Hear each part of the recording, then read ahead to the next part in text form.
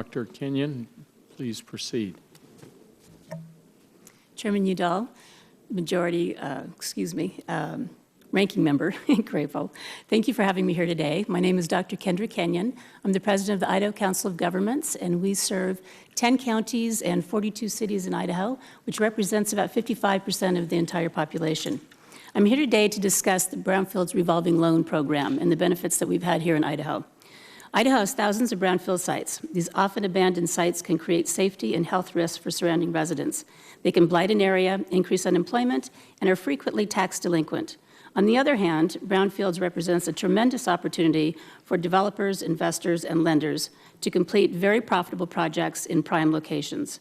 Since forming a coalition in 2004, we have partnered with our rural communities to turn landfills and abandoned mine sites into parks and trails, abandoned wood mills into visitor centers and whitewater parks, an historic grain silo into a performing arts theater, an historic laundry building into an event center, an abandoned creamery into a LEED-certified municipal complex, and a former methamphetamine lab into a children's art academy, among many other projects, which has led to job creation, community development, and the protection of human health and the environment.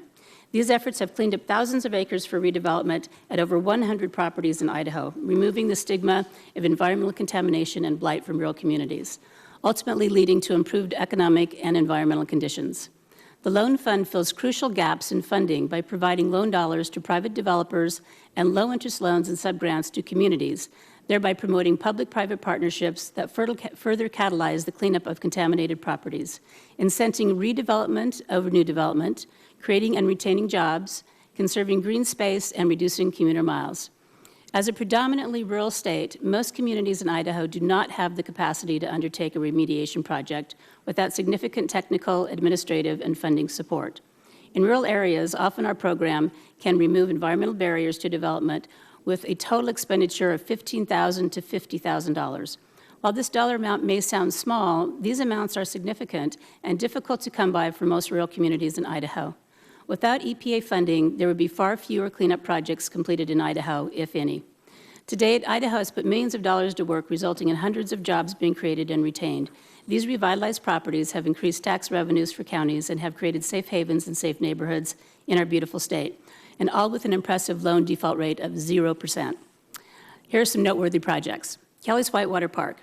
In Cascade, a small rural community, Kelly's Whitewater Park was developed on an old landfill. The University of Idaho recently released a report entitled 2011 Economic Impact of Kelly's Whitewater Park in Cascade, Idaho. They concluded the following. Kelly's economic impact on Valley County in 2011 was approximately $600,000 and provided 7.5 jobs. Kelly's attracted over 40,000 visitors, 15,000 of whom were first-time visitors to Valley County. And just a few weeks ago, Kelly's hosted the first annual Pay It River Games, attracting over 9,000 visitors. Kelly's is turning Cascade into a competitive destination, and over time, Kelly's will naturally attract more and more tourists to Valley County. As the university points out in their study, Kelly's is creating spending potential for the community by bringing in tourists who could have chosen another destination or just passed through to other points of interest. The economic stimulus is key in converting these opportunities into realities. By giving tourists and visitors reason to spend money in Cascade, this is good for Cascade, good for the county, and the state of Idaho as a whole. Another project is Lakeshore Market, which is a convenience store and a gas station. It's the site of an active petroleum contamination cleanup project financed by the Loan Fund of $385,000. Petroleum contamination was identified after the Idaho Department of Environmental Quality was notified that ice from a dispenser in the convenience store tasted and smelled like gasoline.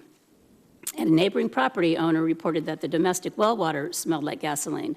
The financing provided the capital required to undertake the remediation and keep the business viable, which retains 6 important jobs in this rural community, in addition to solving a health hazard and potentially saving lives.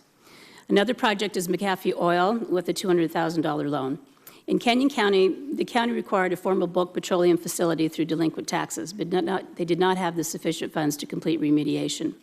Through assistance from the program, Kenyon County is in the process of completing the cleanup of the property. When the project is complete, the county has plans to sell the property as a useful commercial industrial site that is ideally located in the center of the community's industrial zone. And here's my favorite, TRICA, Treasure Valley Institute for Children's Arts. In the heart of Boise's desirable North End residential neighborhood, an abandoned church in the Hyde Park district has finally been restored and removed from the list of Idaho's top 5 endangered historic properties. For years, the neglected and contaminated church was a site for the production of methamphetamines. The Idaho Brownfields Revolving Loan Fund played a pivotal role in financing this project. The restored beautiful stone church now serves as a safe community art space for children, which includes music, dance, a recording studio, a children's library, a museum, and a full theatrical stage. And this is where Casey's supposed to have puppets come up from the picture, but he forgot those. So we didn't have a picture that blew up that large. The center now employs 32 staff and teachers and provides education for hundreds of children per year. This is an excellent example of the often overlooked social benefits that also come with Brownfields cleanup projects, in addition to protecting our children from dangerous and unhealthy situations. Our Brownfields lending program has established excellent working relationships with all of the federal, state, and local entities needed to be successful. This allows us to drive the process at the local level, working to identify and execute projects with having minimal administrative impact on our rural communities. We save our communities precious time and resources so they can devote their efforts to revitalizing these properties and creating needed jobs. These collaborative efforts have strengthened federal and local relationships here in Idaho. In conclusion, Idaho's EPA-funded Brownfields program has a very successful track record of promoting, funding, and implementing brownfield revitalization projects, which has ultimately led to job creation, reduction of environmental contamination, and community renewal. We are grateful for the opportunities the fund has provided us and look forward to having the ability to continue to do good work that results from cleaning up the environment. Thank you, and I'll stand for questions.